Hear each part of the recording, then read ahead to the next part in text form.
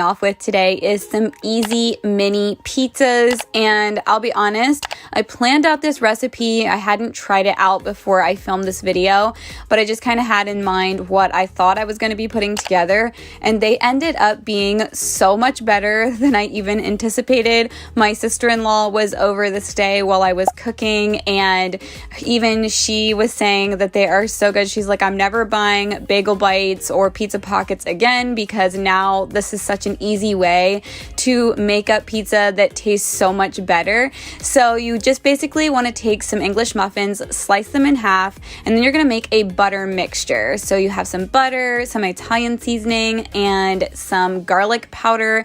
Mix that together, and then you want to brush that over the English muffins.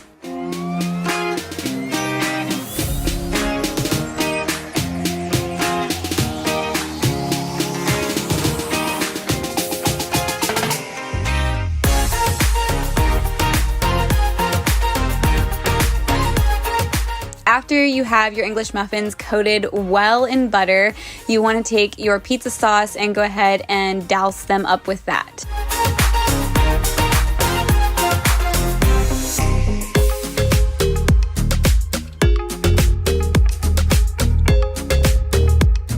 And as you guys know, if you watch my channel often, I have to shred my own cheese. I don't do pre-shredded cheese, so this was a block of mozzarella shredded up into fine shreds. And then just to make it a little extra fun, I did do some mini pepperonis. You could do regular, absolutely, and you could also do any toppings you want to for these. So after that, I just popped them in the oven.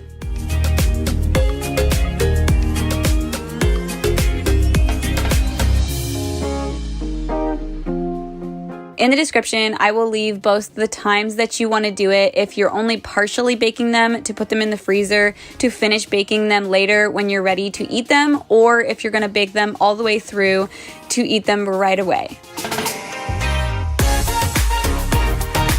This recipe does make 12 mini pizzas. I want to thank Teldronics for sponsoring today's video. They offer this fabulous air fryer. If you guys have been around for a while, you know how much I appreciate using an air fryer, and it is one way to cook a little bit healthier because you use less fuel, you use 85% less fat than a deep fryer, but you get the same crunch, and it just gives food such an amazing texture. The heat is distributed evenly through the air fryer, and it always gives a great color to your food. It has a built-in fan and a 360 air convection system that can quickly circulate the hot air around the food to cook dishes. It has precise time settings and temperature control, which I love, particularly for different types of meats and proteins. It has 11 preset settings for different types of foods. It is definitely family sized, which I appreciate that I can get all of our food into one basket. It's got a very deep, large basket that you could put a whole chicken in. The basket on the inside you can remove and put into your dishwasher. It's super non-stick. Even with the things that I have made in it, I haven't had any issues cleaning it. Check out the links and the information in the description box to pick up your own air fryer. I highly recommend it, and you guys know that you see a lot of recipes that can involve the air fryer here on my channel. All right, so the recipe that I'm making in the air fryer today is actually some healthy coconut shrimp.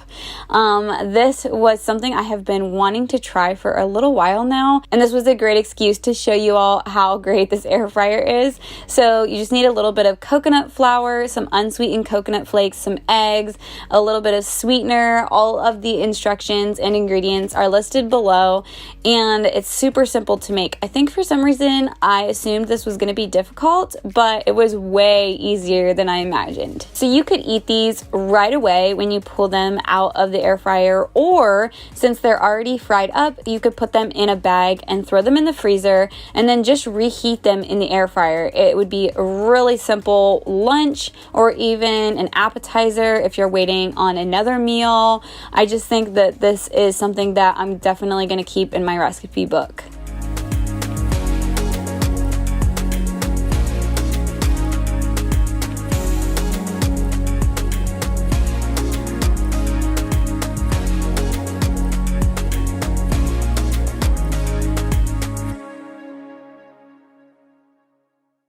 To go along with the shrimp, I decided to make a spicy, kind of Asian-inspired sauce. I know that some people, I think, call it boom boom sauce or something similar to that.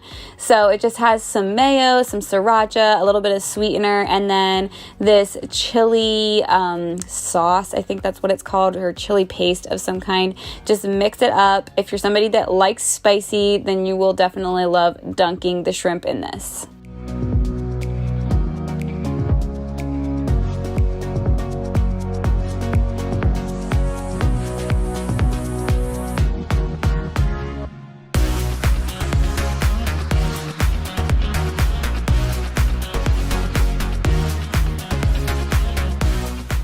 Also, this recipe does make a lot of this shrimp. It is 2 pounds of the really big shrimp. So even if you ate some after you made it, you definitely would have some for the freezer. The next recipe that I jumped right into was a broccoli chicken soup, or broccoli cheddar chicken soup. I'm not sure exactly what I'm going to call it, but you start out by cutting up about 3 chicken breasts. I actually had thawed out 4 and didn't realize it, so I went ahead and cut it up, but I probably would get away with 3 for this bowl of soup, and I cut them into really small pieces. Next, I went ahead and used my Dutch oven and put some avocado oil in the bottom and fried up the chicken pieces. I put some salt and then a little bit of onion powder just to season it while it was cooking up.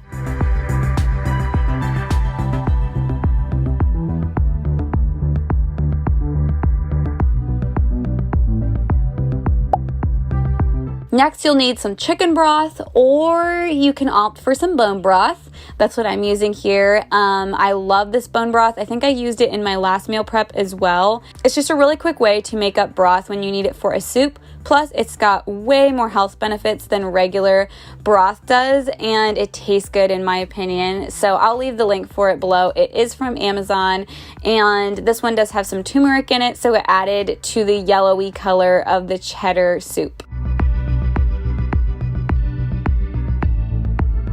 The next ingredient you'll need is some heavy cream. I actually got some coconut milk to try out for this. You definitely do not need to do the coconut milk or go that extra step. You could use regular heavy cream, but I just like the fact that it adds a few more health benefits. And for some reason, for myself, when it comes to milk and creams, I'm a little more sensitive to that than cheese. So that's why I decided to try this out. You know that every good recipe has butter in it somewhere. Okay, to get the cheesy flavor, you gotta mix some mild and sharp cheddar. And again, with the shredding my own cheese, I had to shred up what I had going on for this. I just don't like the powder that they put on the store-bought shredded cheese. I feel like the cheese doesn't melt as well and it takes away from the flavor.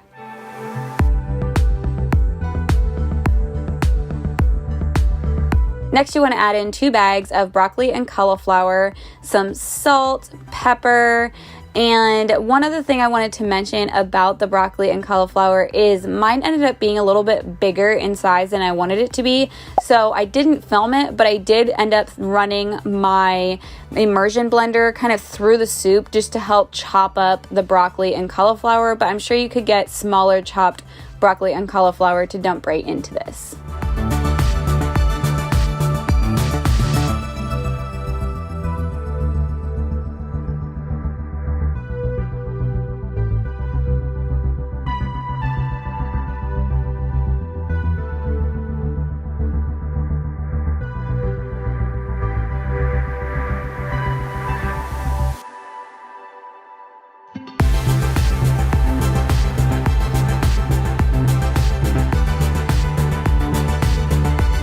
After it simmers on the stove, all the cheese melts and the flavors combine. This is so delicious. I would say that this soup has a very savory note to it with the bone broth and the Worcestershire sauce in it. It was so delicious.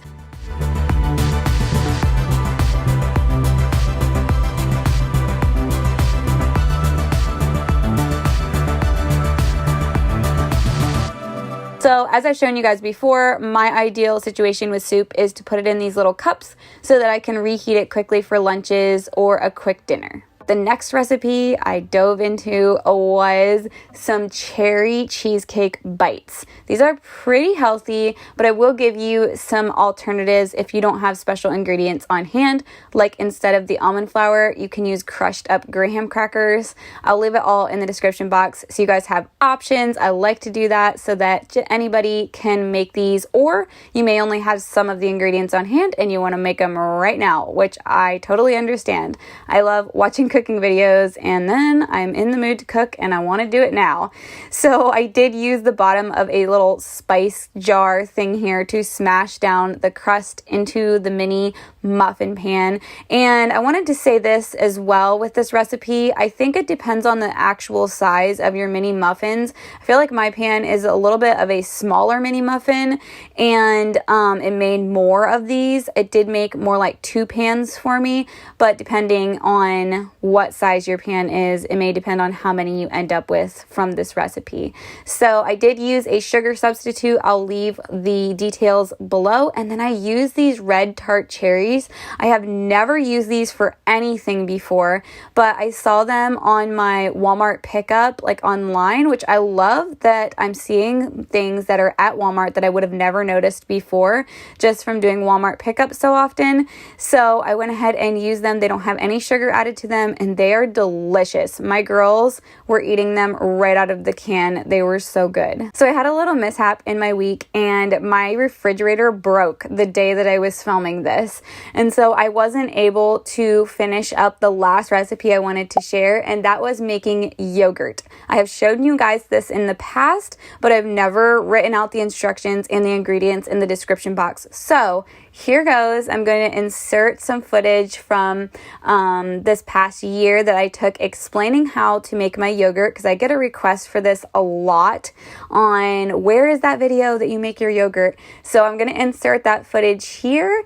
And if you guys are new here, I would love it if you subscribed and stuck around, and I hope that you enjoy this yogurt making. The last time I made yogurt in my pressure cooker, so many of you asked for like a more detailed, are you gonna help me? Okay, a more detailed like description or instructions on how to do this. It's so easy, and I'm also going to tell you kind of your alternate way to do it if you don't have a pressure cooker. So basically the first thing you need to do is heat the milk up to 180 degrees. So you will need something like this to tell you how hot it is, no matter if it's in your pressure cooker or on the stove top. So if you were doing it on the stove top in a big pot, you would just dump your milk in, get it going, and I'm gonna put the saute setting on my pressure cooker and get it up to 180 degrees.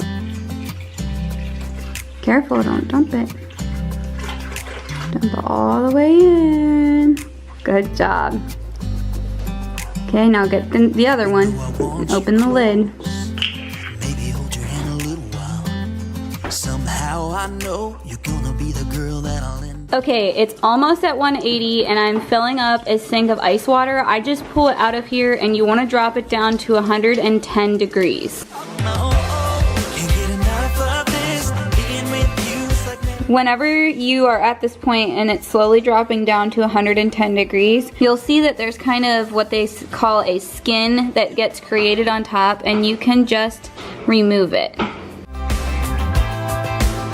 After it drops to 110 degrees, you want to immediately pull it out of the ice water because you don't want it to drop any further than that. And then you can put it back in your pressure cooker. I will tell you in a second how to do it if you're just doing it in a pot and not in a pressure cooker.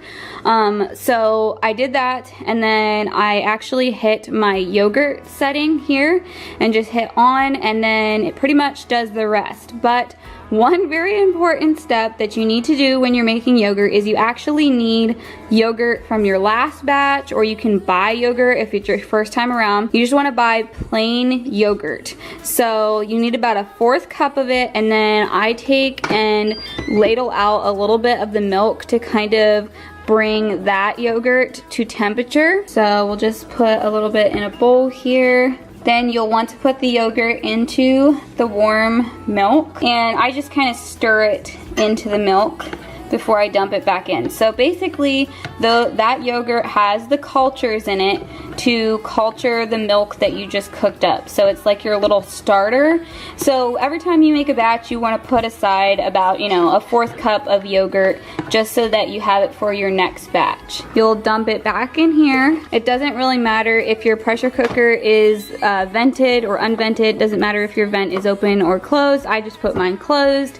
And then you just let it sit the 8 hours on the yogurt setting, and when the 8 hours is up, you will have an entire pressure cooker full of yogurt. Now, I'm going to tell you what to do if you don't have a pressure cooker. So you would put your pot in ice water once it hits 180 degrees, just like we did with this. And then you'll pull it out as soon as it hits 110.